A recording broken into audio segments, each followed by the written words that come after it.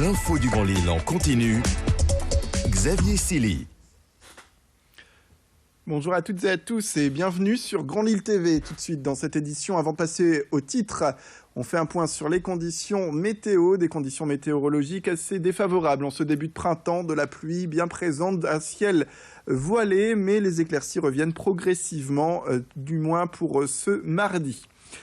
Et d'ailleurs, ce mardi 21 mars, sera organisée la journée mondiale de la trisomie 21. C'est une date qui n'est pas choisie au hasard car le 21-03 fait référence à la présence de 3 chromosomes au lieu de 2 sur le 21e chromosome, le 21e paire de chromosomes humains et qui suscite donc la trisomie 21. Pour l'occasion, donc, les associations qui encadrent les familles comme Trisomie 21 Nord appellent symboliquement à porter des chaussettes dépareillées ce mardi.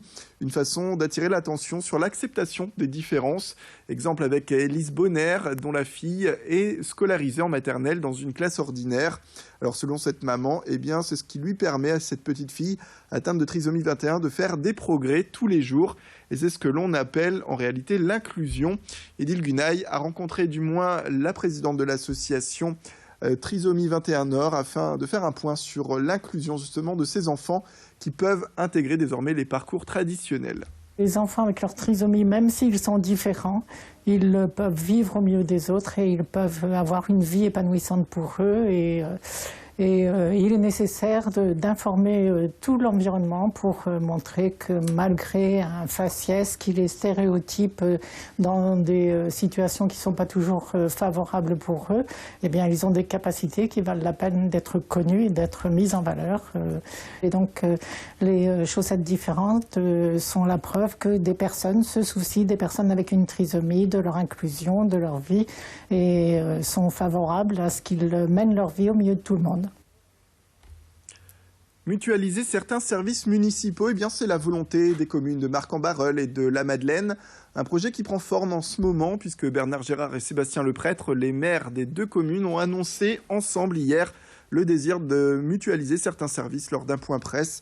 Parmi les pistes envisagées, ils parlent de réduire les dépenses énergétiques en mutualisant leurs dépenses, mais aussi la restauration scolaire qui pourrait être mutualisée ou la mobilité des habitants. Ou encore, et de manière un peu plus surprenante, la possibilité de créer une monnaie locale eau de ville. Concrètement, les 2 municipalités vont prochainement commander ensemble des balayeuses de voirie. Un achat groupé qui fera baisser en tout cas le prix de l'équipement. Avec Vincent Vieillard, qui a en tout cas rencontré le maire de Marcq-en-Barœul pour suivre de manière un peu plus détaillée l'évolution de ce projet. On a d'autres communes limitrophes, mais enfin, là, nous avons vraiment, entre la ville de la Madeleine et la ville de Marcq-en-Barœul, des rues qui sont mitoyennes. D'un côté, c'est Marcq-en-Barœul, de l'autre côté, c'est la Madeleine, des quartiers qui vivent véritablement ensemble, des projets depuis longtemps ensemble. Donc, réfléchir à mutualiser davantage entre nos communes, ça paraît assez naturel. Nous sommes unis par le Grand Boulevard, nous sommes sur un certain nombre de politiques, nous travaillons ensemble depuis longtemps. C'est une étude de faisabilité sur la mise en place d'une monnaie locale qui peut effectivement donner un sentiment à la fois d'appartenance à un territoire dont on est fier, que l'on veut développer, et puis permettre donc à nos concitoyens d'avoir un outil de paiement qui leur permette aussi d'avoir des avantages s'ils vont chez les commerçants de nos territoires. Une image également des reproductions d'avions de la Première Guerre mondiale ont été débarqués ce samedi à l'aéroport de Léquin. Ils ont voyagé au bord d'un des plus gros avions porteurs du monde en provenance du Canada. Un avion long de 51 mètres et lourd de plus de 200 tonnes. Les 7 reproductions étaient toutes stockées dans le porteur et le trajet a pris 2 jours en partant de l'Est du Canada. 4 de ces 7 répliques auraient dû décoller en tout cas ce samedi matin, mais les conditions météo ne le permettaient pas. En tout cas, leur prochaine destination est l'aérodrome de Lens. Ils participeront en effet à la journée de commémoration de la bataille de Vimy durant la Première Guerre mondiale. Ce sera le 9 avril prochain, avec à noter la présence de Justin Trudeau, le Premier ministre canadien, et les princes d'Angleterre, William et Charles, qui devraient donc participer à la cérémonie. Retour sur l'événement à Léquin avec l'un des organisateurs au micro d'Alexis Tessier. Ces avions sont vraiment très légers, donc ils sont sensibles au vent et à la météo, plus que ce genre d'avion par lequel on est venu aujourd'hui. Les vols peuvent être compliqués, mais nos ancêtres, nos grands-parents, utilisaient ce genre d'avion pendant la Première Guerre mondiale, et ce dans tout type de situation météo.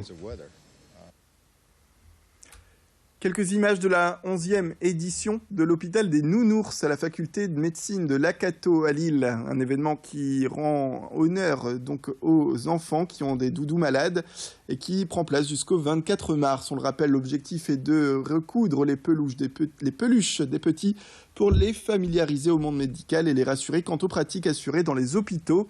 L'événement est organisé par Lakato de Lille avec les étudiants en médecine de 2e et 3e année. Et pour eux aussi, eh bien, l'exercice est précieux car c'est l'occasion de s'adapter à la prise en charge d'un très jeune public avec parfois des témoignages assez surprenants, comme l'une des organisatrices des Nounours, de l'hôpital de Nounours à Lille, le stipule, à Louis Caillé. On a des enfants aussi qui arrivent avec un doudou et qui a une maladie pour le coup. Et donc quand ils nous disent « oui, mon doudou, il a cette maladie », ça peut paraître des fois un peu impressionnant parce qu'on ne sait pas trop s'ils savent ce que c'est ou pas. Souvent, c'est des enfants qui ont eu ça dans la famille, qui ont eu connaissance, qui ont entendu les parents en discuter.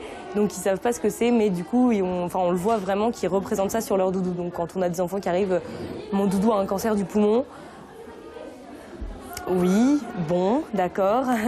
Donc on essaye dans ces cas-là d'un peu expliquer aux enfants ce que c'est, enfin leur demander pourquoi. C'est pour ça que généralement quand on va dans les écoles, on demande aux enfants d'inventer une histoire vraiment sur comment le doudou s'est fait ça. Et la question du jour, en partenariat avec le quotidien CNews Matin, pensez-vous qu'un retour à la vie normale soit possible pour Iris Mittenard depuis son élection à Miss Univers? Elle était, on le rappelle, hier, ce dimanche à Lille pour retrouver les habitants des Hauts-de-France. D'où cette question. Vous avez encore quelques minutes pour nous répondre sur le site grandlille.tv ou sur notre application pour mobile Grand Lille TV. Sans oublier, vous pouvez réagir sur notre page Facebook Grand Lille TV.